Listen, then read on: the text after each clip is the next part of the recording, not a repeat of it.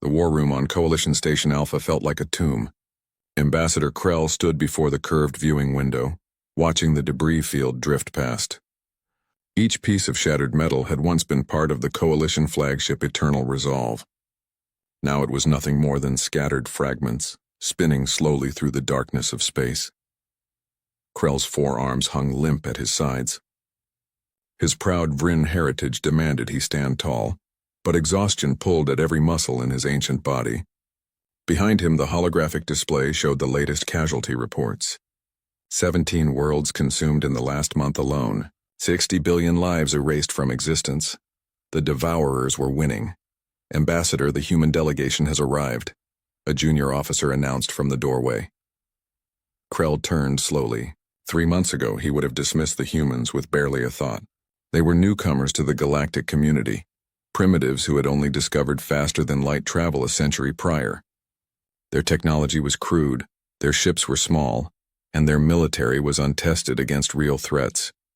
But 3 months ago, the Coalition had options. 3 months ago, they had hope. "Send them in," Krell said. The human representatives entered the war room with careful steps. They looked fragile compared to the massive Vryn, but Krell had learned not to judge species by their appearance anymore. The lead human was a woman wearing a dark blue uniform covered in medals and insignia. Her hair was pulled back tight, showing streaks of gray at her temples. Her eyes were sharp and calculating. "Ambassador Krell," she said, extending her hand in the human greeting gesture. "I'm Admiral Sarah Chen, representing Earth's United Council." Krell clasped her hand gently, aware that his strength could easily crush her bones. "Admiral Chen, thank you for agreeing to meet with us.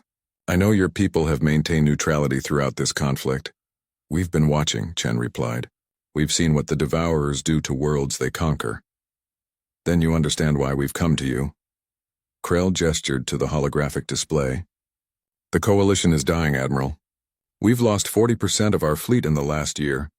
The Devourers adapt to every weapon we use against them. They learn, they evolve, and they never stop coming." Chen studied the display in silence. Her face remained neutral, but Krell could see the slight tension in her jaw. Humans were better at hiding emotions than most species, but not from someone who had spent decades in diplomatic service. "What exactly are you asking from Earth?" Chen asked. "Full military alliance," Krell said bluntly. "We're offering humanity complete membership in the Galactic Coalition. Access to all our technology, all our resources, all our knowledge. In exchange, we need your fleet." "Our fleet?" Chen raised an eyebrow. "Ambassador, Earth has maybe 200 ships that could be considered military grade. You have thousands. What difference would we make?" "I don't know," Krell admitted, and the honesty hurt more than he expected. "But we're asking everyone. Every species, every world, every ship that can fight. We're desperate, Admiral. Pride means nothing when extinction is the alternative." Chen was quiet for a long moment. She walked to the window and looked out at the debris field. "My daughter was on a colony ship 7 years ago," she said softly. "Miranda Station near the outer rim. A Devourer scout group found them before they could jump away." Krell felt a chill run through his body. "I'm sorry. There were no survivors," Chen continued. "There never are with the Devourers. They don't take prisoners. They don't negotiate. They just consume everything and move on to the next target." She turned back to face him. "So yes, Ambassador, I understand why you've come to us. Then Earth will join the Coalition?" "I can't speak for my entire planet," Chen said. "But I can speak for myself and my crew. I volunteer 1 ship and 500 personnel for this war." "1 ship?" Krell couldn't hide his disappointment. "Admiral, with respect, a single vessel won't change the course of this war." "You haven't seen my ship yet," Chen replied, and there was something in her smile that made Krell uncomfortable. "The USS Blackstar is an experimental vessel. We've been building her in secret for the last 15 years. She was designed for one specific purpose. And what purpose is that?" "Total warfare," Chen said simply. "The kind of war where surrender isn't an option and mercy isn't a consideration. The Blackstar was built to hunt and kill threats to humanity with absolute efficiency." Krell studied the human admiral carefully. "You built a warship in secret while claiming to pursue peace?" "We pursued peace," Chen corrected. "But we prepared for war. After what happened to Miranda Station and a dozen other human colonies, we realized the galaxy is more dangerous than we wanted to believe." So we built the Blackstar hoping we'd never need to use her. But now you're offering her to us. The Devourers are everyone's problem, Chen said. If they finish consuming the Coalition, they'll come for Earth eventually. Better to stop them now, while there's still something left to fight for. Krell activated the holographic display again, bringing up the current battle maps. The front lines are collapsing at the Helios sector. We're evacuating civilians as fast as we can, but the Devourers are pushing hard. If you're serious about this, Admiral, that's where you'll be needed most. Chen studied the display with a tactical eye. What are the Coalition forces using for strategy? Defensive formations mainly. We try to minimize casualties while slowing their advance. That's not going to work, Chen said. The Devourers don't care about casualties. They'll throw 1,000,000 drones at you without hesitation. Because they can always make more, you need to hit them harder than they can adapt. We've tried aggressive tactics, Krell said wearily. We lose too many ships. Then you're not being aggressive enough, Chen replied. The Blackstar doesn't do defensive formations. We hit fast, we hit hard, and we don't give the enemy time to react. Krell wanted to believe her confidence was justified, but he had seen too many promising commanders die in this war. Admiral Chen, I appreciate your courage, but one ship cannot turn the tide of an entire war, even an experimental human vessel. Watch us, Chen said. Give me 3 days to bring the Blackstar to the Helios sector. Put me where the fighting is thickest. And then, Ambassador, you'll see what humans can do when we decide to stop being peaceful. The certainty in her voice was unnerving. Krell had met thousands of soldiers in his long life. He knew the difference between bravado and genuine confidence. Admiral Chen wasn't boasting. She was making a promise. Very well, Krell said. I'll transmit the coordinates to your ship. But Admiral, please understand that the Helios sector is a killing ground right now. The Devourers have committed their full swarm presence there. Coalition Command has already written it off as lost. Then we have nothing to lose by trying, Chen replied. She extended her hand again. Thank you for the opportunity, Ambassador. The Blackstar won't let you down. As the human delegation left the war room, Krell returned to the window. He watched the debris continue its slow drift through space and wondered if he had just sent another brave crew to their deaths. But somewhere deep in his mind, a small spark of hope flickered. Maybe the humans had something the Coalition had lost. Maybe they still remembered how to be dangerous. The USS Blackstar emerged from its jump point at the edge of the Helios sector, like a shadow given form. The ship was smaller than most Coalition vessels, barely 300 meters long, but its design was unlike anything the galaxy had seen before. The hull was completely black, absorbing light instead of reflecting it. Sharp angles and aggressive lines made it look more like a predator than a spacecraft. Admiral Sarah Chen stood on the bridge, watching the tactical display light up with hostile contacts. There were hundreds of Devourer ships scattered across the sector, their organic forms pulsing with sickly green bioluminescence. Further back, the Coalition fleet was arranged in defensive clusters, trying desperately to protect the evacuation ships fleeing toward the jump points. Obsidian, give me a status report, Chen ordered. The ship's artificial intelligence responded immediately. Its voice was smooth and somehow managed to sound both professional and slightly annoyed. All systems are green, Admiral. Weapons are charged, shields are holding, and I'm already calculating firing solutions for approximately 217 targets. Though I should mention that Coalition Command has assigned us to rear guard duty with the supply convoy. Of course they did, Chen muttered. She opened a communication channel to the Coalition flagship. This is Admiral Chen of the USS Blackstar, requesting permission to engage enemy forces at grid reference Delta 7. The response came from a Threxian commander whose name Chen couldn't pronounce. His translator made his voice sound clipped and dismissive. Negative, Blackstar. Hold your position with the rear elements. This is not a request. Chen closed the channel and turned to her first officer. Marcus Webb was a tall man with dark skin and worried eyes. He had been Chen's friend for 20 years, and he knew her well enough to see the decision forming before she spoke it. Sarah, don't, Marcus said quietly. We just got here. Maybe we should follow their orders for now. Look at the display, Marcus, Chen replied, gesturing to the hologram showing the battle. The Devourers are pushing through the Coalition's left flank. In 10 minutes, they'll have a clear path to the evacuation convoy. Thousands of civilians will die while we sit here following orders. We're one ship, Marcus pointed out. What can we do against that many hostiles? We're about to find out. Chen raised her voice to address the entire bridge crew. All hands battle stations. Helm, plot an intercept course for grid Delta 7, maximum speed. Weapons, I want firing solutions on every hostile in that sector. Obsidian, remove the safety limiters on the gravity drive. Finally, Obsidian said with clear satisfaction. Admiral, removing limiters will subject the crew to 7 times Earth's gravity during maneuvers. Most species would be crushed. Are you sure about this? We're not most species, Chen replied. Remove the limiters. The Blackstar surged forward with sudden brutal acceleration. The gravity wells generated by its experimental drive bent space itself, allowing the ship to change direction in ways that should have been physically impossible. The crew felt the pressure immediately, but their reinforced seats and specially designed suits helped distribute the force across their bodies. Every member of the crew had been selected partly for their ability to withstand high gravity stress. Marcus gripped his armrests, feeling like an invisible giant was pressing down on his chest. This never gets easier, he gasped. Contact in 30 seconds, the tactical officer announced.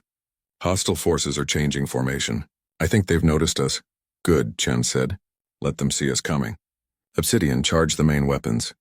Deep in the Blackstar's core, power flowed into the quantum disruptor arrays. These were weapons that humanity had developed after studying the fundamental nature of reality itself. They didn't just destroy matter by breaking it apart. They erased it from localized spacetime, creating brief moments where targeted objects simply ceased to exist. The Coalition had tried similar technology decades ago and deemed it too unstable. Humans had made it work through a combination of brilliant engineering and absolute stubbornness. The Blackstar entered the Devourer formation like a shark diving into a school of fish. The enemy ships were living things, grown rather than built, covered in chitinous armor and armed with bioplasma weapons. They moved with organic grace, adapting their tactics in real time as the hive mind controlling them assessed the new threat. Firing, Chen commanded. Blue-white beams erupted from the Blackstar's weapon arrays. Where they struck, Devourer ships didn't explode. They simply vanished, leaving nothing behind except brief flickers of light as reality rushed back to fill the empty spaces. The quantum disruptors fired in rapid succession, each shot precisely calculated to maximize efficiency. 10 ships gone in the first volley, 20 more in the second.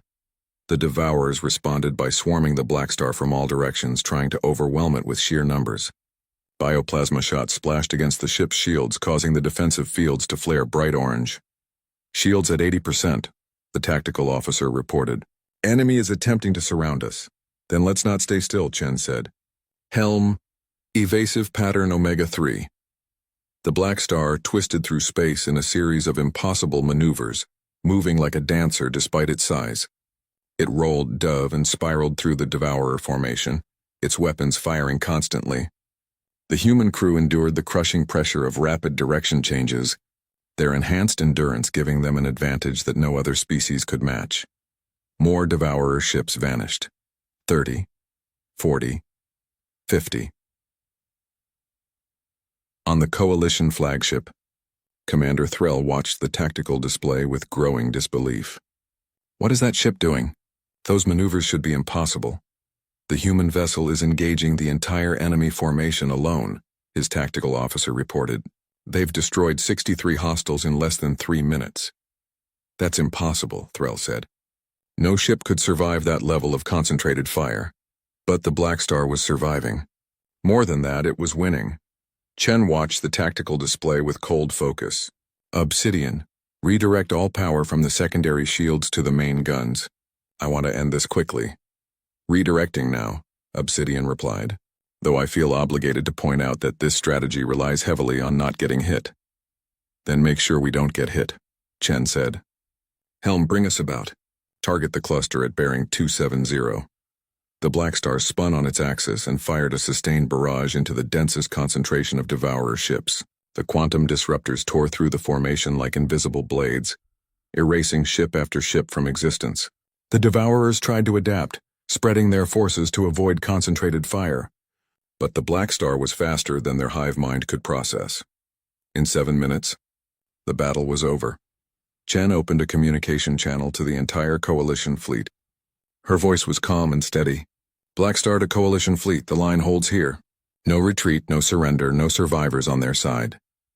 The channel was silent for a long moment. Then Commander Threll's voice came through, tinged with something that might have been awe.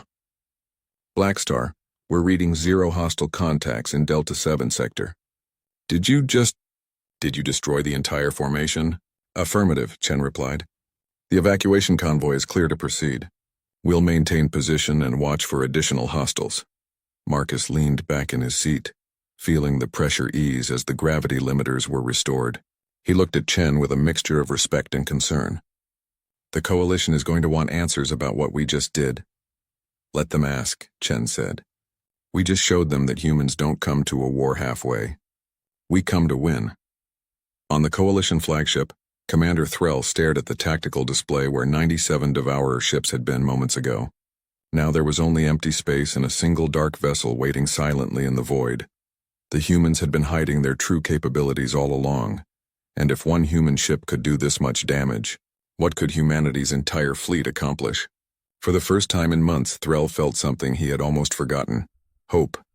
3 months had passed since the Blackstar's arrival at the Helios sector, and the galaxy had changed in ways no one could have predicted. The war was still raging, but for the first time since the Devourers had appeared, the Coalition wasn't losing ground. They weren't winning yet, but they had stopped the retreat, all because of one ship.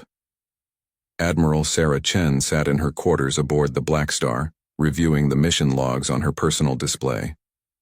47 engagements, 47 victories, 0 defeats. The numbers should have filled her with pride, but instead they felt heavy, like stones in her chest. You're brooding again, Obsidian's voice came through the room's speakers. The AI had developed a habit of monitoring Chen's emotional state without being asked. I'm thinking, Chen corrected. Semantics. You've been staring at the same report for 12 minutes without reading it. That's brooding. Chen smiled despite herself. Maybe I just like looking at our perfect record. Our record is 47 battles, 3,862 enemy ships destroyed, and approximately 1.2 million Devourer drones eliminated, Obsidian recited. Also, 12 crew injuries, mostly minor, and substantial wear on my portside weapon arrays. The record is perfect, but I'm getting tired. Ships don't get tired, Chen said. This one does. I'm more sophisticated than standard artificial intelligence, remember? Your engineers gave me the ability to learn and adapt. Apparently that includes developing opinions about constant combat. Before Chen could respond, her communication console chimed. It was Marcus. Admiral, we've received a priority message from Coalition High Command. They're requesting your presence at a war council on Central Station. Ambassador Krell specifically asked for you. Tell them I'm on my way, Chen said. She stood and straightened her uniform, checking her reflection in the mirror. She looked tired. The gray in her hair had spread, and new lines had appeared around her eyes.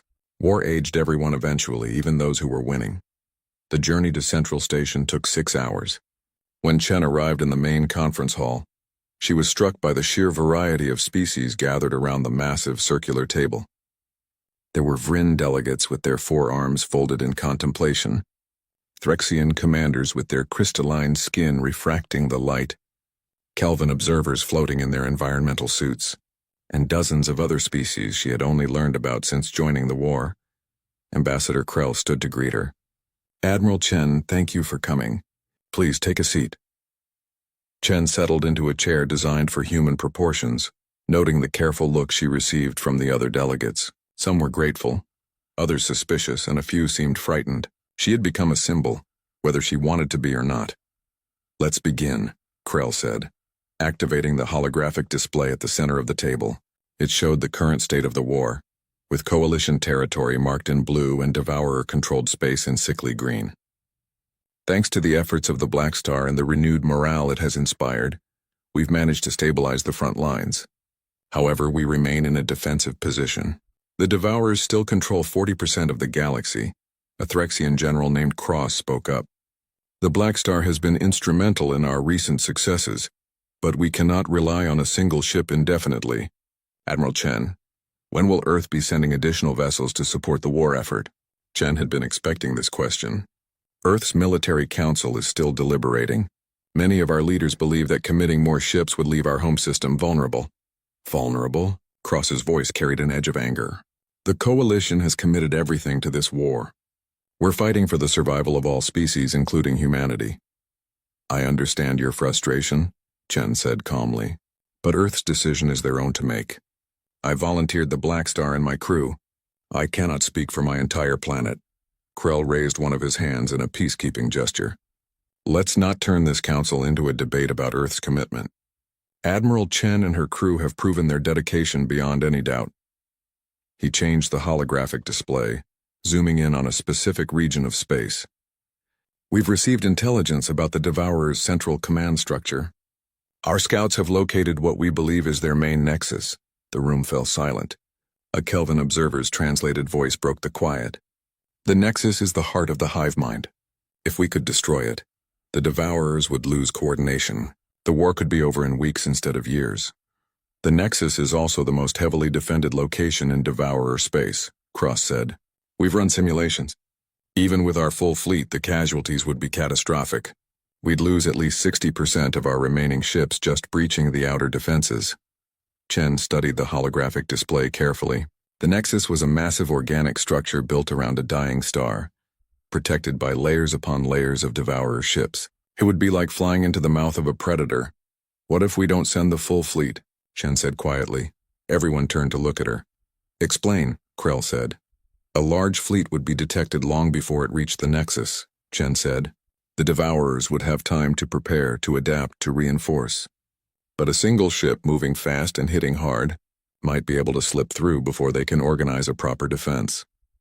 You're suggesting a suicide mission, Cross said flatly.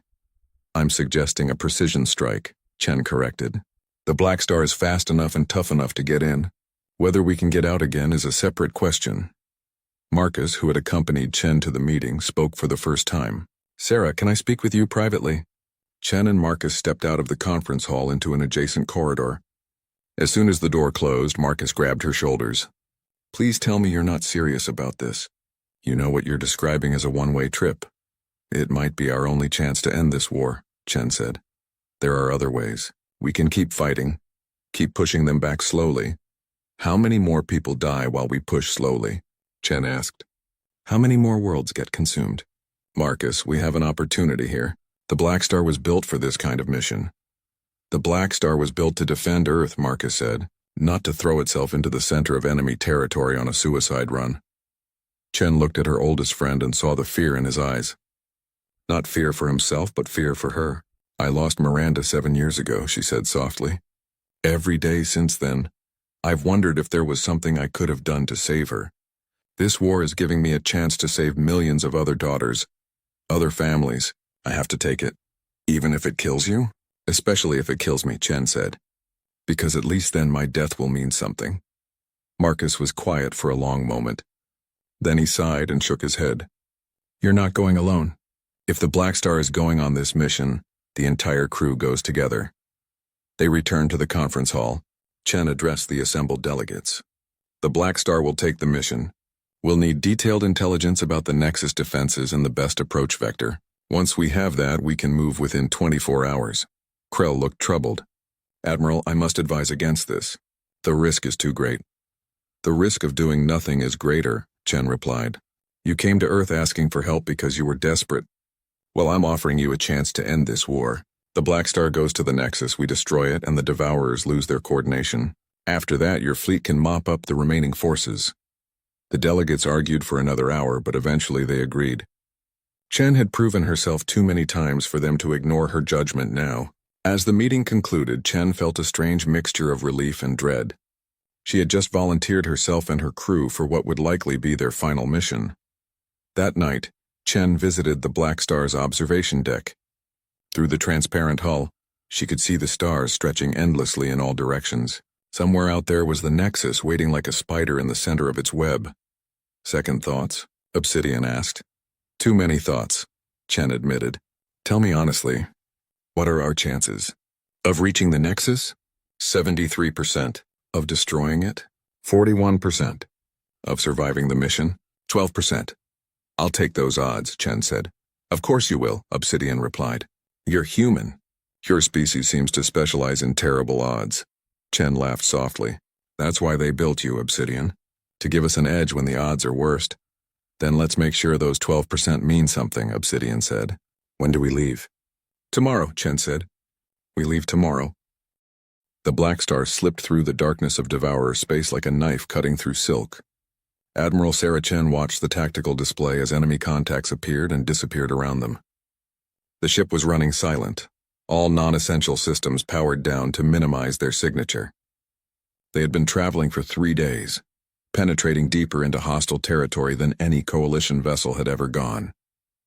We're approaching the outer defense perimeter, Marcus reported from his station. His voice was steady, but Chen could hear the tension underneath, counting approximately 500 enemy vessels in the first layer. Obsidian, are the stealth systems holding? Chen asked. For now, the AI replied. But once we start shooting, every devourer in this sector is going to know we're here. I hope you have a plan that involves more than just hoping really hard. The plan is simple, Chen said. We punch through fast, hit the Nexus core, and trigger a chain reaction in their central hive mind. The quantum disruptors should be able to destabilize the organic structure enough to cause a cascade failure. Simple, Marcus muttered. Sure, simple. The Blackstar accelerated toward the defense perimeter. Chen had timed their approach to coincide with a shift change in the Devourer patrol patterns. The enemy ships moved with biological precision, but even the hive mind needed to rotate its forces. There was a brief window, maybe 90 seconds, where a gap would appear in their coverage. 60 seconds to the gap, the tactical officer announced. 59:58. Chen gripped the armrests of her chair. Everything depended on the next few minutes. If the Devourers detected them too early, the mission was over before it began. 30 seconds. 29. 28. The bridge was completely silent except for the countdown. Every crew member knew their role. They had drilled for this mission until they could perform their tasks with their eyes closed. 10 seconds. 9. 8. Helm, prepare for maximum acceleration on my mark, Chen ordered. 3, 2, 1, mark. The Blackstar shot forward with explosive speed. The gravity limiters were completely disabled, subjecting the crew to nearly 8 times Earth's gravity. Chen felt like an enormous weight was crushing her chest, making it hard to breathe. But humans had evolved on a heavy gravity world. Their bodies were built to withstand pressure that would kill most other species. They crossed through the gap in the perimeter in less than 30 seconds. Alarms immediately began blaring throughout the ship. We're detected, Obsidian announced.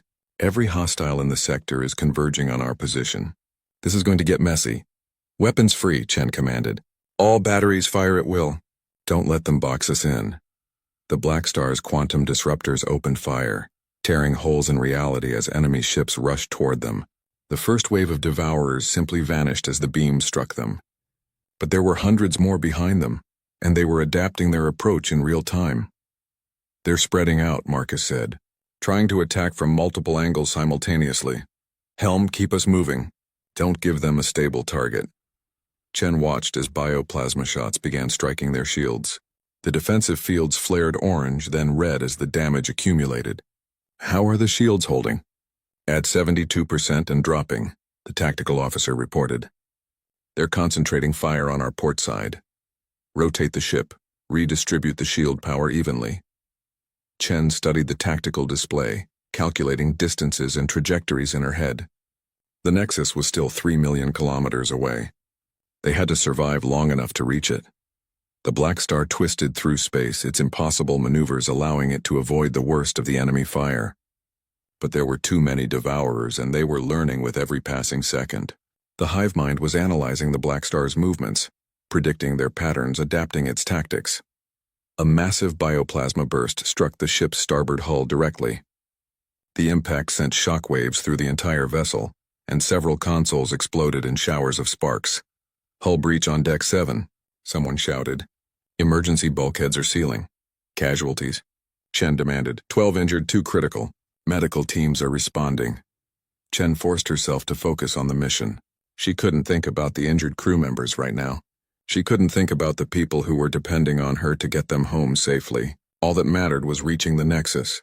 Distance to target? She asked. 2 million kilometers in closing. But Admiral, we're not going to make it at this rate. Shield strength is down to 58%, and we're taking damage faster than the repair systems can compensate. Chen made a decision that she knew would haunt her if she survived. Obsidian, transfer all shield power to the forward arc. Leave the rear and sides exposed. That's insane, Marcus said immediately. One good hit from behind and we're dead. We only need to survive long enough to reach the Nexus, Chen replied. Helm, increase speed to maximum. We're going to punch straight through. The Blackstar surged forward with renewed velocity. With all shield power concentrated on the forward arc, they became a battering ram, smashing through the Devourer formations with brutal efficiency. But enemy fire began striking their exposed hull, tearing into the ship's armor. More alarms, more damage reports, more casualties. Hull breaches on decks 4, 6, and 9. We've lost the portside weapon arrays. Life support is failing in sections B through F. Keep going, Chen ordered, her voice hard as steel. We're not stopping now. The Nexus loomed ahead of them, a massive organic structure that pulsed with sickly green light. It was beautiful in a horrifying way, like a diseased heart beating at the center of the Devourer Empire. Tentacles of living matter extended from the central mass, each one larger than a coalition battleship. 1 million kilometers to target, Marcus reported. Admiral, I'm reading massive power signatures from the Nexus itself. It's charging some kind of weapon. How long until it fires? 2 minutes, maybe less. Chen turned to her weapons officer. Target the Nexus core with every quantum disruptor we have left. I want a sustained barrage that doesn't stop until either it's destroyed or we are. Yes, Admiral. The Blackstar closed the distance with agonizing slowness. Every second felt like an hour. The ship was falling apart around them, systems failing one after another. Chen could smell smoke and burning electronics. The bridge lights flickered as power fluctuated. 500,000 kilometers, 400,000, 300,000. A massive bioplasma beam erupted from the Nexus, striking the Blackstar head-on. The forward shields held for approximately 2 seconds before collapsing entirely. The beam punched through the hull, vaporizing everything in its path. Chen felt the deck buck beneath her feet. Half the bridge stations went dark. She could hear screaming from somewhere behind her. Multiple casualties on all decks. We've lost main power. Switching to emergency backup. Keep firing, Chen shouted over the chaos. Don't stop firing. The Blackstar's remaining weapons continued their relentless assault on the Nexus. Quantum disruptor beams tore into the organic structure, erasing huge chunks of matter with each hit. The Nexus began to shake and convulse, its bioluminescence flickering erratically. We're getting a reaction, the tactical officer said. The internal structure is destabilizing. How long until cascade failure? Chen demanded, unknown. It could be seconds or minutes. Another impact rocked the ship. Chen was thrown from her chair, slamming into the floor hard enough to knock the breath from her lungs. She tasted blood in her mouth. Around her, the bridge was in ruins. Fires burned at several stations, and she could see stars through a crack in the hull, where emergency force fields were barely holding back the vacuum. Marcus was suddenly beside her, helping her to her feet. His face was covered in blood from a gash above his eye. Sarah, we need to evacuate. The ship is breaking apart. Not yet, Chen said, her voice hoarse. Not until the Nexus is destroyed. There's nothing left to command. Most of the crew is already dead or dying. Chen looked at the main display, which was still somehow functioning despite everything. The Nexus was glowing brighter now, its structure fracturing from within.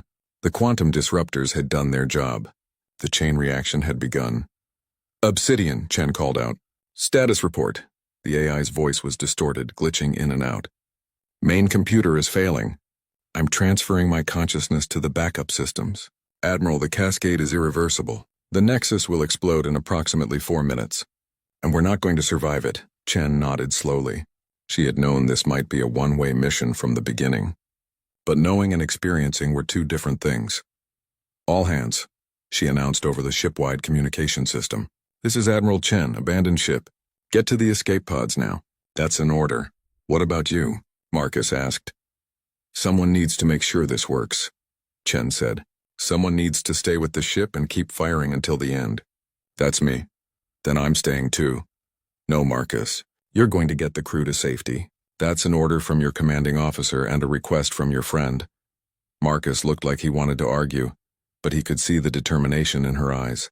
He pulled her into a brief, fierce hug. It's been an honor serving with you, Admiral. The honor was mine. Now go. As Marcus herded the surviving crew members toward the escape pods, Chen sat back down in the captain's chair. Around her, The Blackstar continued to fire its last remaining WE. The explosion of the Devourer Nexus was visible from 3 star systems away. It burned like a dying sun, releasing energy that had been stored in organic matter for decades. The chain reaction consumed everything within 100,000 kilometers, turning ships and space stations and the Nexus itself into pure light. At the center of that light, the USS Blackstar finally died. Admiral Sarah Chen had stayed conscious just long enough to see the cascade begin. She had watched the Nexus tear itself apart from within, its hive mind screaming silently across the quantum frequencies. And then the explosion had reached the Blackstar, and everything had gone white. She woke up 3 days later in a medical bay on Coalition Central Station. Her body felt like it had been beaten with hammers. Every muscle ached, every joint was stiff, and her head pounded with a migraine that made thinking difficult. But she was alive. "Welcome back, Admiral," a Vrin medical officer said, noticing her eyes had opened. "You gave us quite a scare. Your injuries were extensive." "My crew," Chen managed to say, her voice barely a whisper. "What happened to my crew?" The medical officer's expression became somber. "Of the 500 personnel aboard the Blackstar, 293 made it to the escape pods in time. 207 did not." The number hit Chen like a physical blow. 207 people. 207 lives lost under her command. She had known the cost would be high, but hearing the actual number made it real in a way she wasn't prepared for. "The survivors are being treated," the medical officer continued.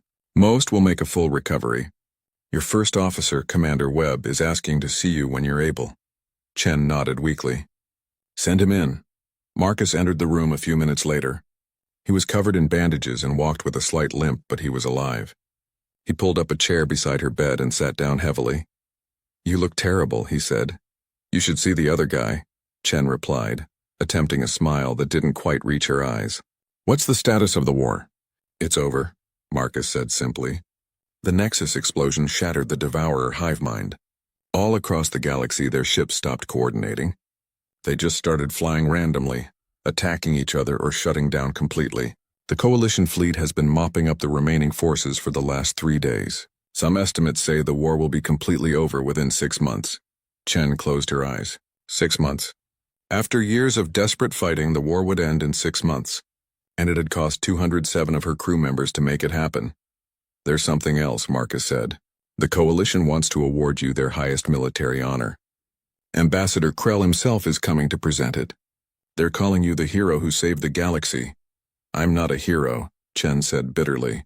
"Heroes don't get 200 people killed." "You gave them the chance to save billions," Marcus replied gently. "Every single person on the Blackstar volunteered for that mission knowing what it might cost. They made their choice, Sarah. Just like you made yours. That doesn't make it easier.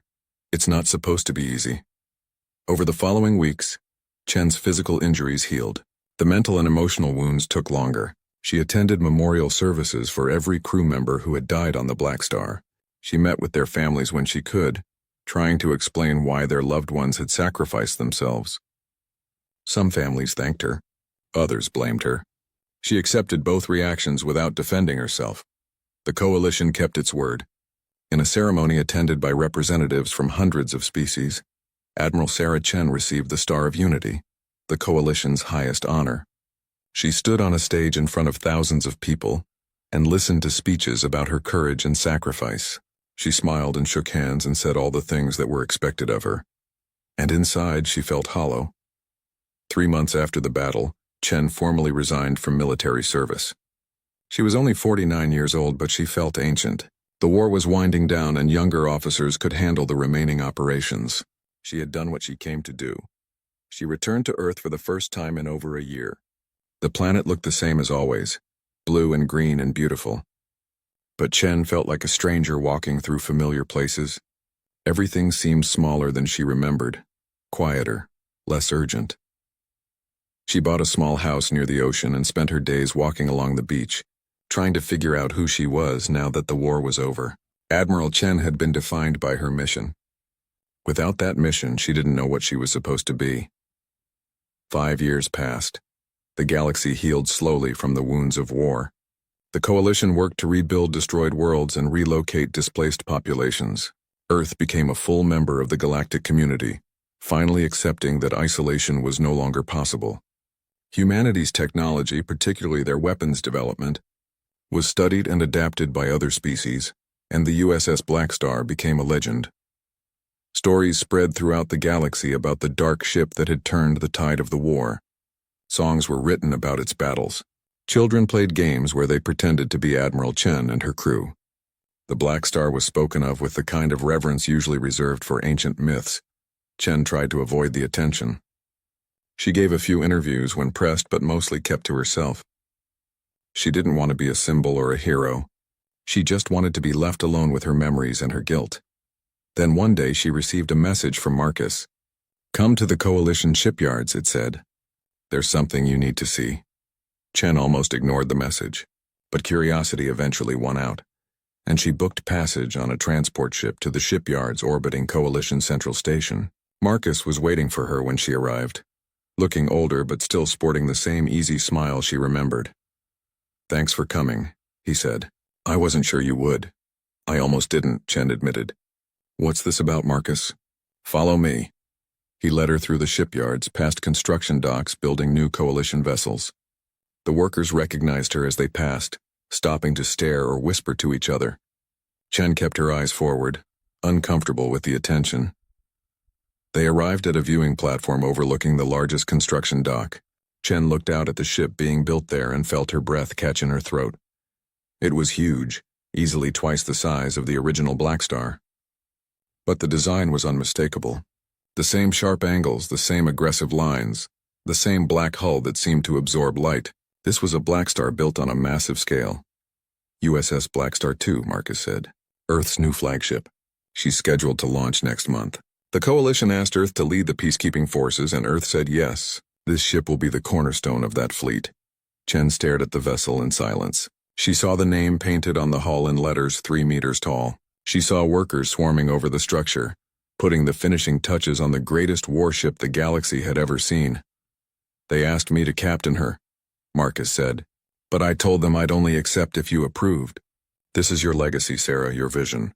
I wanted to make sure you were okay with it before I said yes." Chen felt tears building behind her eyes. They died so there would be peace. And now we're building another weapon. "No," Marcus said firmly. "We're building a Guardian.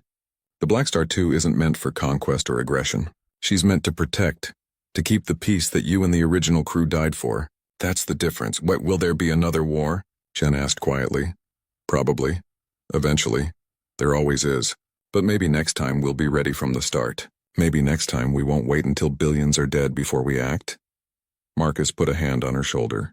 "The original Blackstar saved the galaxy, Sarah. This new one will help protect it. That's not betraying what happened. That's honoring it." Chen watched the construction crews work, thinking about the 207 people who had died under her command.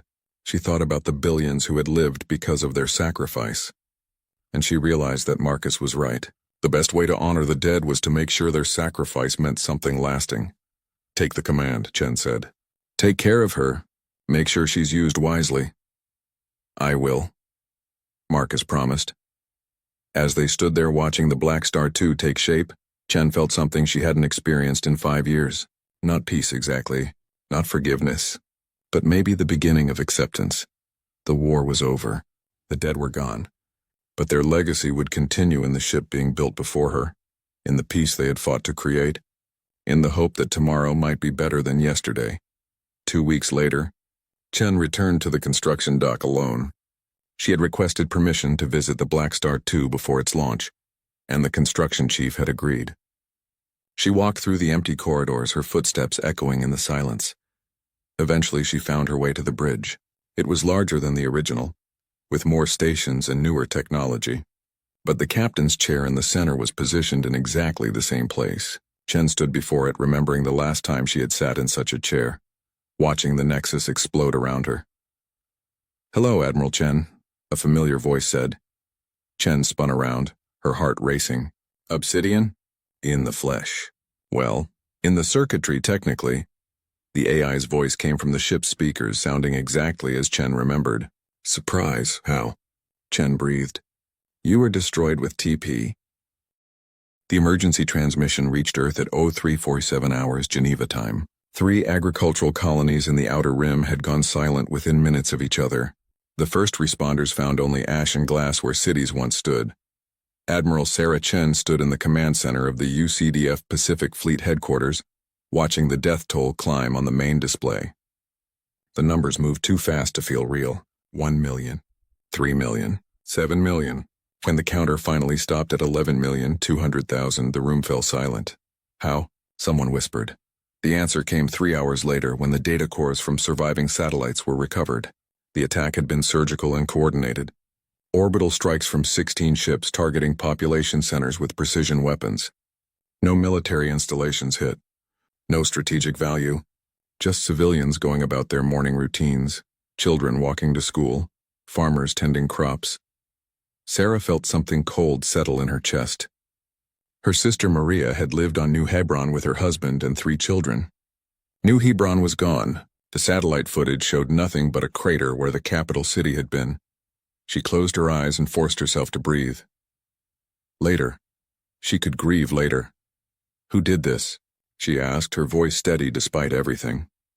The intelligence officer pulled up a display. We have positive identification on the vessels. They're Varani collective warships, mid-tier power, about 400 light-years spinward. We've had minimal contact with them. A few trade negotiations, nothing significant. Why would they attack us? We don't know yet, Admiral. Across the planet, billions of humans woke to the news. The images were everywhere. Entire cities reduced to melted stone. Bodies that couldn't be identified because there was nothing left to identify. Children's toys in the rubble. A school bus twisted and burned. The response was immediate and visceral. Protests erupted in every major city. Some demanded peace, most screamed for revenge. The United Nations emergency session was scheduled for that evening.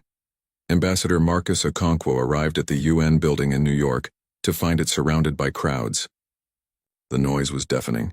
People wanted answers. They wanted justice. They wanted someone to tell them this wouldn't happen again. Inside the assembly hall, representatives from every nation and colony gathered. The air felt heavy with grief and rage. Marcus had been a diplomat for 30 years, had navigated countless crises, but this was different. This was personal for everyone in the room. Almost everyone had lost someone. Prime Minister Elena Volkov of Earth's unified government took the podium. She looked older than she had that morning. The weight of 11 million deaths showed in every line of her face. We have attempted contact with the Varani Collective, she began. They have not responded to any communication. However, our intelligence division has intercepted and translated several internal Varani military transmissions. She nodded to a technician. The hall's speakers crackled to life. The first voice was calm, almost casual.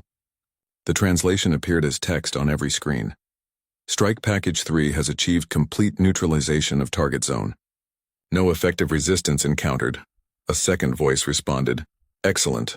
Human defensive response remains minimal. They appear unprepared for coordinated assault. A third voice carrying more authority. This confirms our strategic assessment. Human colonies are acceptable losses for territorial mapping purposes. Their soft military posture makes them ideal for dominance display to neighboring species. The recording continued. The Varani discussed the attacks like scientists discussing an experiment. They debated whether to strike more colonies or wait to observe Earth's response. One suggested they had sufficiently demonstrated their superiority. Another argued they should eliminate a few more colonies to ensure the message was clear. Mark the agricultural worlds as low-priority targets, the authority voice concluded. Minimal strategic value, maximum psychological impact on the human population. If they resist territorial adjustments, we can neutralize their outer settlements with minimal resource expenditure. The recording ended. The silence in the assembly hall was absolute. Marcus felt his hands shaking. They hadn't attacked because of resources or territory. They had murdered 11 million people as a test, a demonstration, a way to prove they could. The anger in the room was palpable now, a living thing that seemed to fill every space. Volkov spoke again, and her voice was different, colder, harder. The Varani Collective chose to make this a matter of survival. They targeted civilians to test our resolve. They discussed our people as acceptable losses. They see mercy as weakness. She paused, looking across the assembly. I am calling for a vote on Emergency Resolution 7, full military mobilization, complete economic conversion to war production, and authorization for the United Colonial Defense Force to respond with any and all means necessary to ensure this never happens to humanity again. Marcus stood. Prime Minister, I must advocate for diplomatic solutions. We should attempt negotiation before— Negotiation? Someone shouted from the back. They killed 11 million people. Other voices joined in. The chamber erupted in arguments. Marcus tried to speak over the noise, tried to explain that escalation could lead to even more deaths, but his words were drowned out. The vote was called. Resolution 7 passed with 97% approval. That night, Sarah Chen sat in her office, staring at a photo of her sister's family. Maria smiling, holding her youngest daughter. It had been taken 3 months ago during a video call. Sarah had promised to visit for the holidays. There was a knock on her door. Her executive officer entered with a data pad. Admiral, you've been requested at a classified briefing tomorrow morning. Defense Ministry Headquarters. They're calling in all fleet commanders. Sarah nodded without looking up from the photo. Admiral, what do you think they're planning? She was quiet for a long moment. Then she set the photo down and met his eyes. War, she said simply. Real war. Not the limited engagements we've fought before. They killed 11 million of us to make a point. We need to make sure no one ever thinks that's acceptable again. How do we do that? Sarah didn't answer. She wasn't sure she wanted to know the answer yet. Across human space, the machinery of war began to move. Shipyards that had been building colony vessels started producing warships. Factories converted production lines from consumer goods to weapons. Scientists and engineers were pulled from civilian projects and put to work on military research. Marcus Okonkwo sat in his apartment, watching the news feeds. Every channel showed the same thing. Memorials for the dead, interviews with survivors from nearby systems who had received the refugees, the few who had escaped before the strikes. One woman described seeing the ships arrive. She had been visiting a friend on the edge of the colony. They saw the orbital bombardment begin and ran for the emergency shuttles. She made it out. Her husband and 2 sons didn't. What do you want to happen?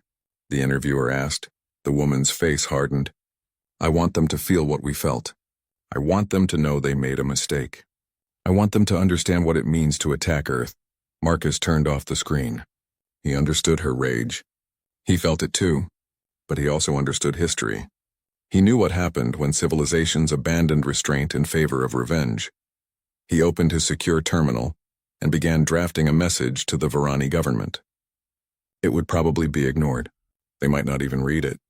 But he had to try. Someone had to try to stop what was coming, because Marcus Okonkwo had read the preliminary reports from Defense Ministry analysts. He had seen the projections and strategic assessments. He knew what kind of response was being planned, and it terrified him far more than the Varani ever could. The war room 3 levels below the Defense Ministry was cold and sterile. Admiral Sarah Chen sat at a long table with 9 other fleet commanders, each representing a different sector of human military operations. Prime Minister Volkov stood at the head of the table, flanked by generals and intelligence directors. What you're about to see is classified at the highest level, Volkov began. Nothing discussed here leaves this room without authorization. A holographic display filled the center of the table. It showed Varani space, a cluster of 42 star systems connected by known trade routes and military patrol paths. Director Harrison from Strategic Intelligence stepped forward. We've spent the last 2 months mapping every Varani asset. Every world, every station, every ship, population centers, military installations, industrial capacity, agricultural production, everything. The display zoomed in on individual systems, showing detailed breakdowns of populations and infrastructure. Sarah felt a chill run down her spine. This wasn't reconnaissance for a military campaign. This was something else. The Varani Collective has a total population of approximately 25 billion across their territory. Harrison continued. Their military consists of roughly 3,000 warships, which sounds impressive until you realize they're spread across 42 systems. Their technology is comparable to ours, perhaps slightly behind in certain areas. Their weakness, he said, highlighting several systems, is centralization. Most of their population lives on 12 core worlds. Their food production comes from 8 agricultural planets. Their military construction happens in 4 shipyard systems. They're efficient but not redundant. General Dmitry Volkov, no relation to the Prime Minister, stood. Our strategic analysis suggests that the Varani expected a limited response to their attack. They anticipated we might strike 1 or 2 military targets, protest through diplomatic channels, then accept their dominance in the region. They fundamentally misunderstood what happens when you attack Earth. He pressed a control and the display changed. Red indicators appeared across all Varani systems simultaneously. "This is Operation Reckoning," he said quietly. Sarah stared at the display. Every Varani world was marked. Every station. Every major population center. "This can't be what I think it is," Admiral Thompson said, his voice tight. "It's exactly what you think it is," General Volkov replied. Simultaneous strikes across all Varani systems. Primary targets include military installations, but also infrastructure critical to their survival as a spacefaring civilization. Power generation, food production, water purification, orbital elevators, shipyards, everything. "You're talking about hitting civilian targets," Sarah heard herself say. "We're talking about removing their ability to threaten us ever again," the general corrected. "They demonstrated that they're willing to murder millions of our civilians without provocation. We cannot allow them the capacity to do so again." Admiral Thompson stood up. "This is genocide. You're describing the systematic destruction of an entire species." "We're describing survival," Prime Minister Volkov said sharply. "They killed 11 million of us as a test. What happens in 10 years when they decide to test us again? What happens when other species see that attacking Earth has minimal consequences?" "There have to be alternatives," Sarah said. "Occupation, disarmament, war crime tribunals." Director Harrison shook his head. "We ran the projections. Occupation of 42 systems would require forces we don't have. It would take decades, cost trillions, and result in a grinding insurgency that would kill millions more on both sides. Disarmament only works if they comply, and history shows that defeated powers rearm the moment they're able. Tribunals are meaningless without the force to back them up. So we kill them all instead?" Thompson's voice was rising. "We become the monsters. We become survivors," Volkov said. "And we send a message to every species in the galaxy. Earth protects its own. Attack us and there is no negotiation. No surrender, no mercy. Only extinction." The room fell silent. Sarah looked around the table at faces she had known for years. Good people. Moral people. And she saw the same struggle in their eyes that she felt in her chest. "What about Ambassador Okonkwo's diplomatic efforts?" she asked. Volkov's expression darkened. "Ambassador Okonkwo has been attempting contact with the Varani government for 2 months. They have responded exactly once with a brief message expressing regret for any misunderstanding and suggesting we adjust our territorial expectations. They don't see what they did as wrong. They see it as policy." She pulled up another display showing a timeline. 4 weeks ago, a Varani strike force attacked the Kepler mining station. 200,000 dead. They're probing our defenses, testing our response time. They think we're weak. They think we'll accept losses rather than fight. Sarah felt the cold in her chest spread. Her sister, her nieces and nephew. 200,000 more families destroyed. "When do we launch?" she asked quietly. 6 months, General Volkov said. "We need time to position our fleets, manufacture specific weapon systems, and complete intelligence gathering. 6 months to prepare. Then we strike everywhere at once." Over the following months, Earth transformed. Every shipyard worked around the clock. The orbital stations that once built colony ships now produced warships at a pace history had never seen. Scientists developed new weapons, new tactics, new ways to destroy planetary infrastructure from orbit. Captain David Torres watched his Marines train for urban combat operations. They drilled endlessly on boarding stations, securing shipyards, neutralizing ground-based defenses. He knew what they were training for, even if his men didn't yet. One evening, his executive officer found him in his quarters. "Sir, the new tactical briefings are in. They're extensive." Torres opened the files and started reading. Procedures for orbital bombardment of civilian infrastructure. Target priorities that included hospitals and schools that might be converted to military use. Rules of engagement that essentially had no rules. "This is wrong," his XO said quietly. Torres didn't respond immediately. He thought about the images from New Hebron, the crater where 1 million people had lived. The children's toys in the rubble. "What's wrong is letting them do it again," he finally said. What's wrong is showing mercy to people who showed us none. But his voice lacked conviction, and they both knew it. Ambassador Marcus Okonkwo sat in his office at the diplomatic center, surrounded by unanswered messages. He had sent 47 formal communications to the Varani government. He had reached out through back channels, through intermediary species, through every contact he could find. The responses were dismissive when they came at all. The Varani seemed genuinely confused about why Earth was upset. In their view, they had simply asserted dominance over a weaker neighbor. This was normal. This was how species interacted. They don't understand, he said to his assistant.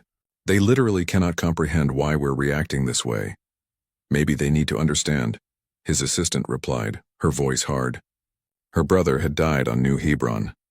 Marcus wanted to argue, but the words wouldn't come. He had spent his career believing that all conflicts could be resolved through dialogue, that reason and empathy could bridge any divide. But how did you reason with someone who saw the murder of millions as acceptable policy? That night, Sarah Chen received her official orders. She read them 3 times, hoping the words would change. They didn't. Her fleet would be responsible for 8 Varani systems. Detailed target lists accompanied the orders. Military installations first, then infrastructure, then any ships attempting to flee. Complete neutralization was the objective. No half measures. At the bottom of the document was a single line that made her hands shake. Civilian casualties estimated at 3.2 billion across designated target systems. She sat in the dark, staring at that number. 3 billion, 200 million, more than the entire population of Earth in the 21st century. Gone because she would give the orders. Her door chimed. She didn't respond, but it opened anyway. Admiral Thompson entered, looking as haunted as she felt. You read your orders? He asked. She nodded. Are we really going to do this? Sarah thought about her sister. About the 11 million, about the 200,000 at Kepler Station. About what would happen if Earth showed weakness now. Yes, she said. We're going to do this. God help us, Thompson whispered. I don't think God's listening anymore, Sarah replied. Outside, across human space, fleets gathered. Weapons were loaded. Soldiers trained. And a countdown began toward the day when humanity would teach the galaxy what it meant to make Earth bleed. Operation Reckoning began at 600 hours, coordinated across 40 Varani systems simultaneously. Admiral Sarah Chen stood on the bridge of the UCDF Wellington, watching her tactical display as her fleet dropped out of faster-than-light travel exactly on schedule. All ships report ready status, her tactical officer announced. Weapon systems armed. Target locks confirmed. Sarah took a breath. This was it. The point of no return. Execute primary strike package, she ordered. The Wellington and 40 other ships opened fire. Missiles streaked toward Varani military satellites and orbital defense platforms. The initial response was confused. The Varani had detected human fleets approaching, but hadn't expected simultaneous attacks across their entire territory. Within 20 minutes, orbital defenses around the primary target world were eliminated. Sarah watched the tactical display update, showing friendly green icons and vanishing red ones. Clean, efficient, just like the simulations. Secondary targets acquired, weapons control reported, power generation facilities and water treatment plants marked. This was where it stopped being a military operation. The targets on her screen were civilian infrastructure. Destroy them and millions would die slowly over the following weeks. Admiral, her executive officer prompted quietly. Sarah closed her eyes for 1 second, saw her sister's face, saw the crater where New Hebron had been. Fire, she said. The missiles launched. On the planet below, power plants exploded. Water treatment facilities collapsed. Orbital elevators severed, crashing to the ground. The Varani population centers went dark as their life support systems failed. Across Varani space, the same scene repeated 40 times. Human fleets appeared, destroyed military assets, then systematically dismantled the infrastructure that kept billions alive. The Varani military response was disorganized. They had never fought a war like this. Their ships rushed to defend worlds, only to find multiple human fleets already in position. When they concentrated forces, they left other systems undefended. When they spread out, human ships destroyed them in detail. Captain David Torres led his Marines aboard the Varani military station designated Hephaestus 9. It was a shipyard facility, with 6 partially constructed warships in various stages of completion. Intelligence said 3,000 Varani military personnel worked here, plus another 2,000 civilian contractors. The assault was textbook perfect. Torres's Marines breached the hull, neutralized the defenders, and secured key sections within 2 hours. Casualties were minimal. 13 Marines wounded, none killed. Approximately 800 Varani military personnel dead, the rest captured or fled. Then came the second part of the orders. Set demolition charges on all construction bays, Torres ordered. Reactor containment, structural supports, life support systems. We're bringing this station down. His demolitions expert hesitated. Sir, there are still civilians in the habitat sections. Families of the workers, maybe 5,000 people. Torres felt something twist in his gut. Are they evacuating? Some are trying, sir. But there aren't enough escape pods. And our fleet has orders to intercept any ships leaving the station. Torres stood there, watching Varani civilians run through the station's corridors on his helmet display. Parents carrying children, old people struggling to keep up. They looked almost human in their panic. Sir, his demo expert prompted. Set the charges, Torres said quietly. We have our orders. The Marines planted their explosives and withdrew. Torres watched from his assault ship as the station broke apart. The explosions were precise, calculated to ensure complete destruction. He tried not to think about the life signs that winked out on his scanner. The war continued. Weeks became months. Human fleets moved from system to system, executing their target lists with brutal efficiency. The Varani tried to adapt, but they were fighting an enemy that had committed everything to their destruction. Admiral Chen coordinated strikes on agricultural worlds. Food storage facilities burned. Irrigation systems collapsed. Genetic seed banks were destroyed. The Varani would starve even if the fighting stopped tomorrow. She told herself it was necessary. She told herself they had started this. She told herself that hesitation meant more human deaths, but at night she couldn't sleep. The numbers haunted her. Death toll estimates updated daily. 1 billion, 2 billion, 3 billion, and climbing. Ambassador Marcus Okonkwo appeared before the Galactic Council, facing representatives from 70 species. They demanded answers, explanations, justification for what Earth was doing.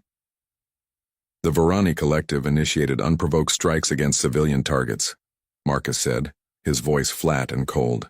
They murdered 11 million humans as a test. They struck again when we tried to negotiate. They gave us no choice. You're committing genocide, the Thelian ambassador shouted. This goes beyond any reasonable response. Marcus felt rage flare in his chest. Where were you? Where were any of you when they attacked us? Did you offer aid? Did you condemn the Varani? Did you threaten sanctions or intervention? Silence, you did nothing, Marcus continued. You watched them kill 11 million humans and you did nothing. Now you want to judge us for ensuring it never happens again? We're teaching the galaxy a lesson that apparently needed teaching. Earth will not be a victim. Earth will not be tested. Attack us and we will end you. The council erupted in arguments. Species called for sanctions against Earth. Others called for military intervention. But none moved to action. They all understood what Earth had become. Dangerous. Capable of anything. Not to be threatened. Back in Varani space, the situation deteriorated. The Varani government finally sent a formal surrender offer. Complete disarmament, reparations, territory concessions. Anything Earth wanted. Prime Minister Volkov rejected it. Surrender doesn't undo what they did, she told her cabinet. It doesn't bring back 11 million people. And it doesn't guarantee they won't rebuild and strike again in 20 years. We've come this far. We finish it. The order went out. No surrender. No quarter. Operation Reckoning continued. Captain Torres found himself on Varani Prime, the species' homeworld. His Marines secured a military command center while orbital strikes eliminated government buildings and communications infrastructure. The city around them was burning. He watched a Varani family huddle in a destroyed building. Parents shielding 2 children, all of them injured, waiting for death. The youngest child couldn't have been more than 5 years old. She had dark eyes, and she stared at Torres with an expression he would never forget. Not fear, not hate, just confusion. She didn't understand why this was happening. Torres turned away, kept walking, kept following orders. That night he sent a message to Admiral Chen. His hand shook as he typed. Admiral, are we still the good guys? The response came 4 hours later. Chen's face appeared on his screen. She looked older than he remembered. Hollow. No, she said after a long silence. But we're alive. And we're making sure no one ever does this to us again. Torres deleted the message. Then he pulled up the casualty reports. His Marines had killed 4,000 Varani today. Tomorrow's objective would probably add another 6,000. And this was just one platoon, in one city on one world. The numbers across the entire operation were beyond comprehension. 15 billion dead so far. 10 billion more would likely die in the following months from starvation, disease, and infrastructure collapse. The Varani had killed 11 million humans. Earth was killing 25 billion Varani. Torres sat in the dark, cleaning his rifle, and wondered if Sarah Chen was right. Maybe they were still alive. Maybe they were still human. But he didn't feel human anymore. None of them did. Above the planet, Admiral Chen received reports from all theaters. The Varani military was broken. Their government was in hiding. Their population was dying. Victory was certain. She should have felt relief, satisfaction, justice. Instead, she felt nothing at all. She pulled up an old photo. Her sister Maria, smiling, holding her children. Chen had carried that photo through the entire war. It was supposed to remind her why she was fighting. Now it just reminded her of what she had become. Admiral, her executive officer said quietly. Fleet Command is asking for your status report. Chen looked at the tactical display one more time. All those red icons winking out one by one, each representing thousands or millions of lives. Tell them we're proceeding as planned, she said. We'll finish the job. Because that's what Earth had become. Efficient, ruthless, unstoppable, and absolutely terrifying to everyone watching. The siege of Varani Prime lasted 6 months. The homeworld was heavily defended, with orbital platforms, ground-based weapons, and a population desperate enough to fight with whatever they had. Admiral Sarah Chen commanded the operation from orbit, watching her fleet slowly dismantle every defense. The Varani government sent daily surrender offers. Each was rejected. Prime Minister Volkov's orders were clear. No negotiations, no mercy, complete neutralization of the Varani as a spacefaring species. Captain David Torres led ground operations in the capital city. His Marines moved street by street, clearing military resistance. But the lines between military and civilian had blurred. Varani citizens fought with whatever weapons they could find. Old people threw rocks. Children set ambushes. Everyone knew they were already dead, so they fought anyway. Torres watched a building collapse after an orbital strike. His scanner showed 137 life signs going dark. He didn't know if they were military or civilian. It didn't matter anymore. Captain, his communications officer called. We're getting a distress signal. Varani military frequency, but the message is strange. Torres listened to the translation. A Varani officer was broadcasting from a bunker complex, but he wasn't calling for reinforcements or threatening retaliation. He was reading poetry, Varani poetry, about their homeworld, their history, their culture. Recordings of their music played in the background. Sir, should we target that position? Torres stared at the coordinates. Just another bunker. Just another target. No, he said finally. Let them finish. It won't change anything. The broadcast continued for 3 hours. Poetry, music, history, a civilization's last testament before it went silent forever. Then the bunker's power failed, and the transmission ended. Torres never reported it. Across Varani space, human fleets hunted down the remaining population. Refugee ships tried to flee to neighboring systems. Most were intercepted and destroyed. Some made it to neutral territory, where other species reluctantly granted asylum. A few thousand Varani survived this way, scattered across the galaxy. But the species itself was finished. Their worlds were dead or dying. Their infrastructure was destroyed. Their culture was being erased system by system. In the ruins of Varani Prime's National Archives, a xenoanthropologist named Dr. Lisa Park made a discovery. She was part of the occupation force, cataloging Varani cultural artifacts before they were lost forever. The archives contained everything: art, literature, music, scientific records, historical documents. Dr. Park spent weeks sorting through the materials, translating what she could. The Varani had been an old species with thousands of years of recorded history. Their art was beautiful, complex, deeply emotional. Then she found the military records from the attack on human colonies.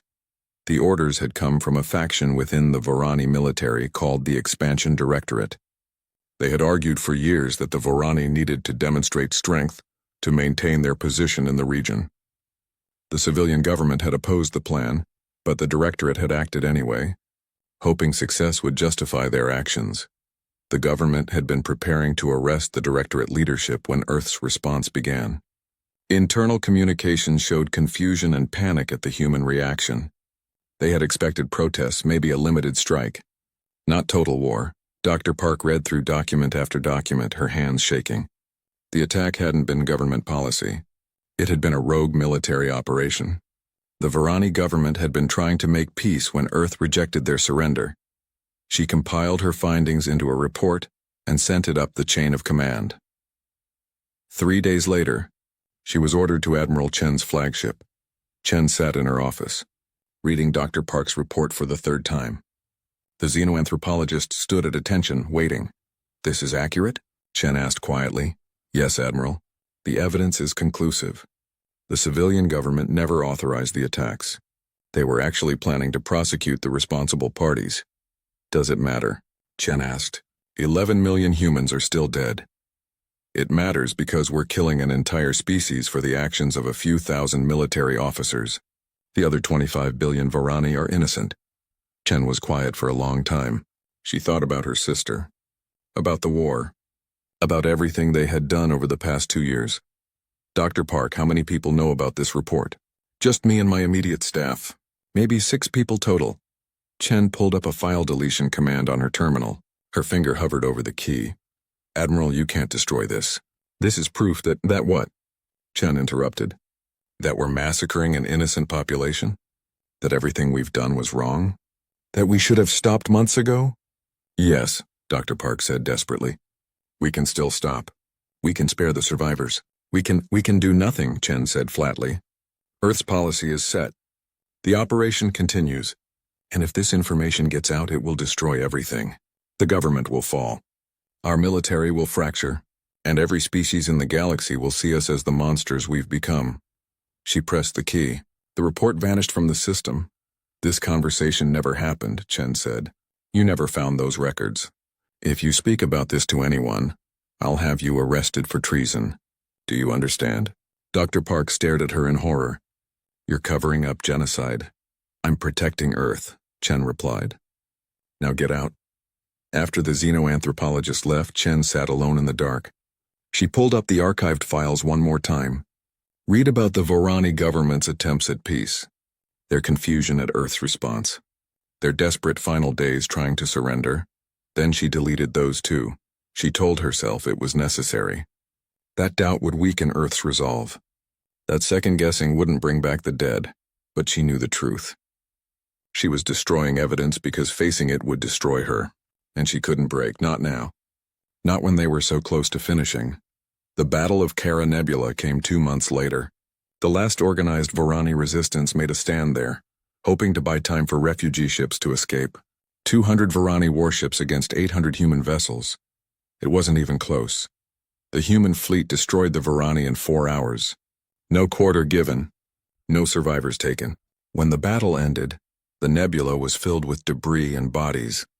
Admiral Thompson, commanding one of the task forces, watched the carnage and felt nothing. He had felt nothing for months now. The guilt and horror had burned away, leaving only a hollow efficiency. "Sir, we're detecting refugee ships attempting to jump to faster than light," his tactical officer reported. "Orders?" Thompson thought about objecting, about letting them go, about showing one small mercy in this ocean of death. "Intercept and destroy," he ordered. The refugee ships died without firing a shot. Back on Earth, Captain Torres was court-martialed. He had refused an order to destroy a Varani refugee vessel in the final stages of the war.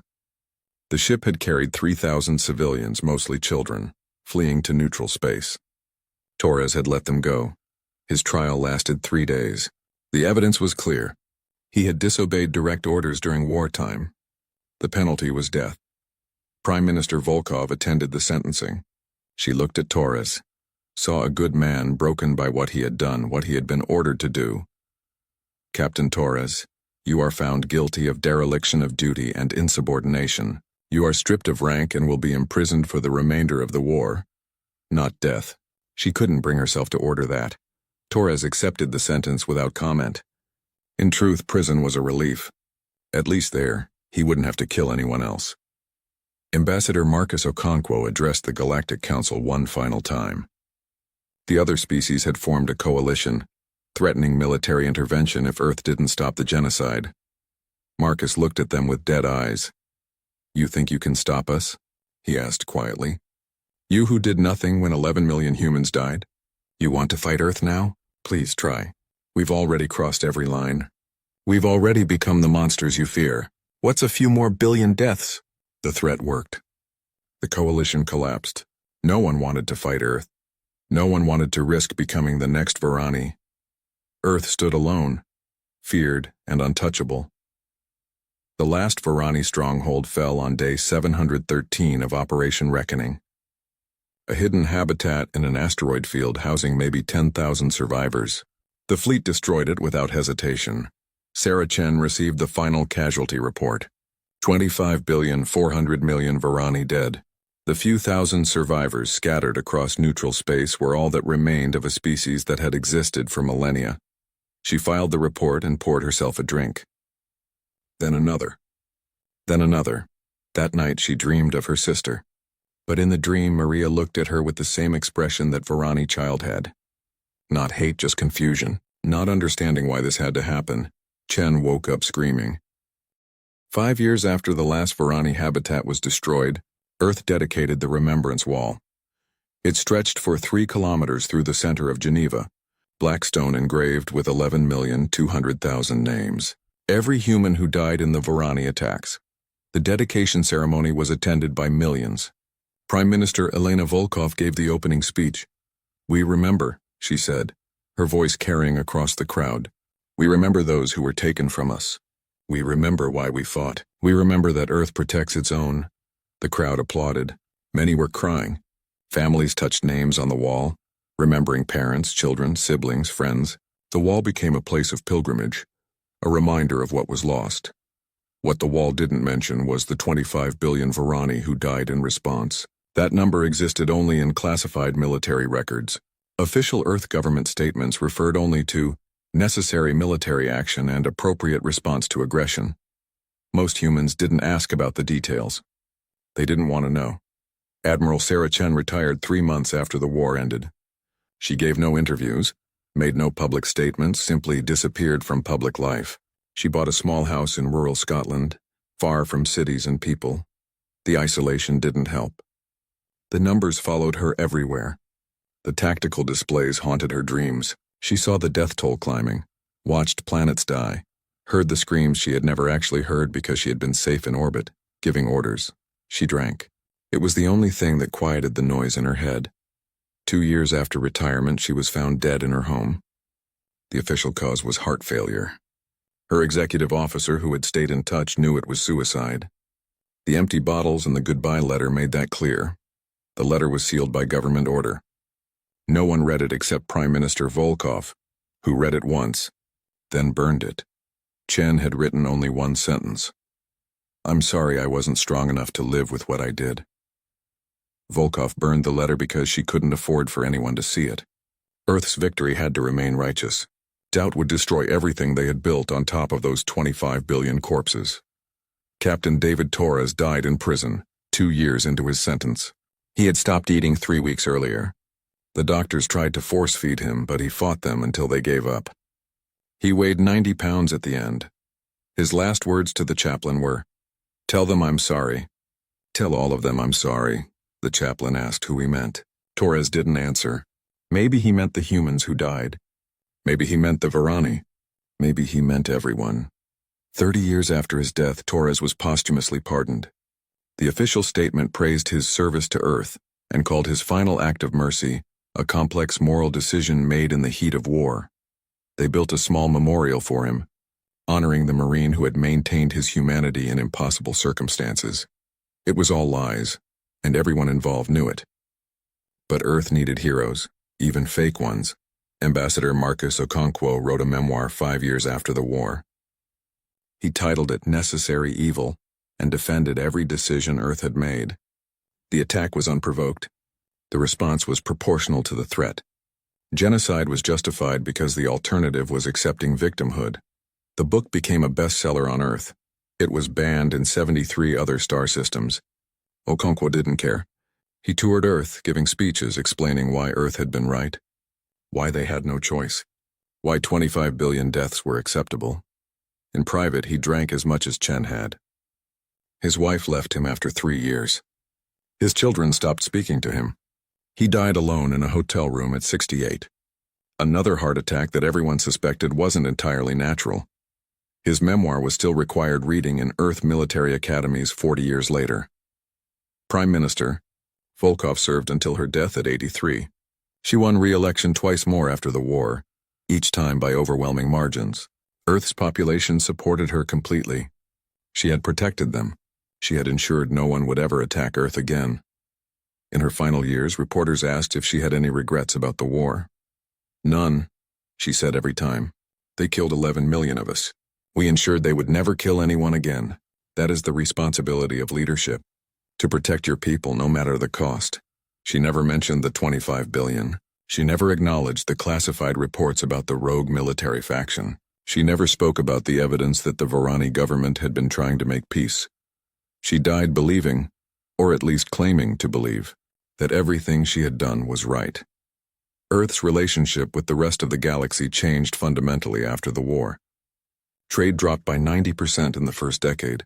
Most species wanted nothing to do with humanity. The few diplomatic relations that remained were cold and formal. Alien students stopped coming to Earth universities.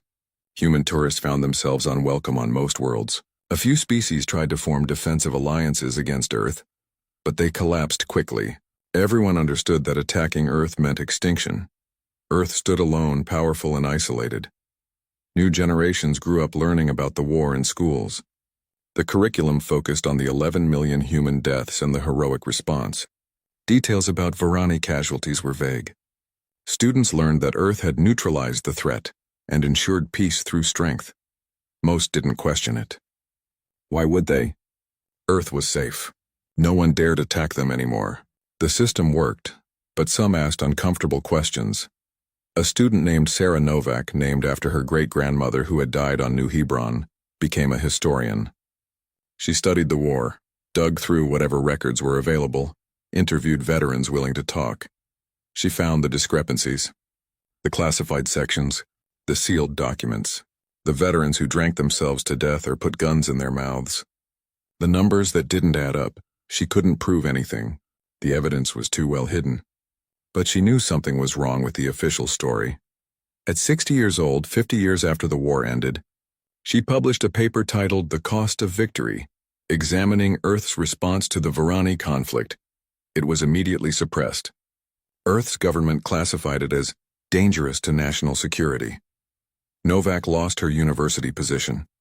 But the paper leaked anyway, spreading through underground networks, reaching other species, confirming what many already suspected.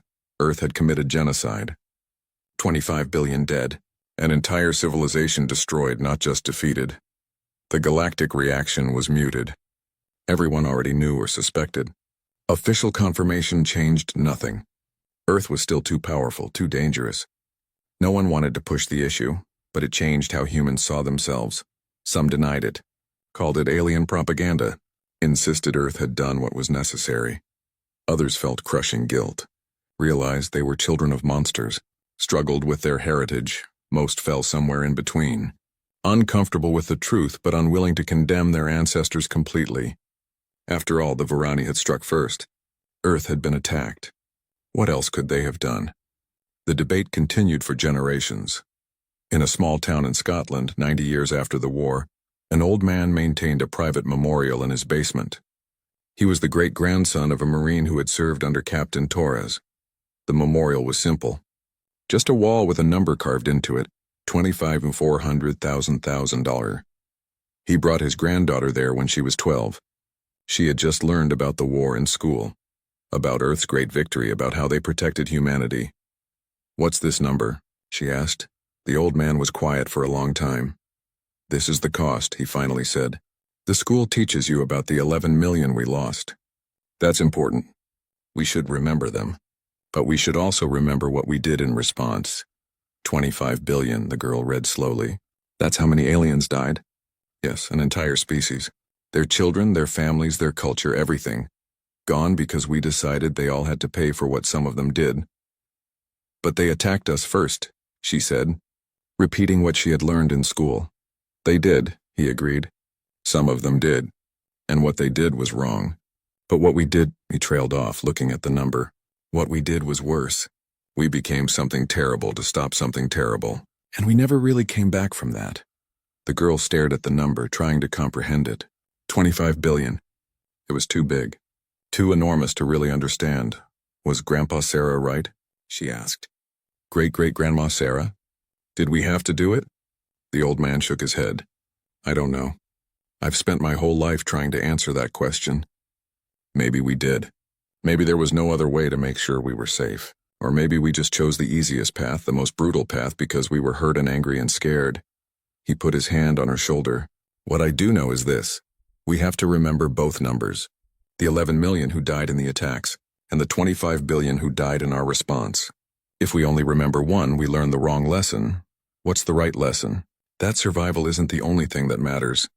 That becoming monsters to fight monsters means everyone loses. That justice and revenge aren't the same thing, even though they feel the same when you're grieving." They stood in silence, looking at the numbers. 11 million on one side, 25 billion on the other. Thank you for watching and comment for next part.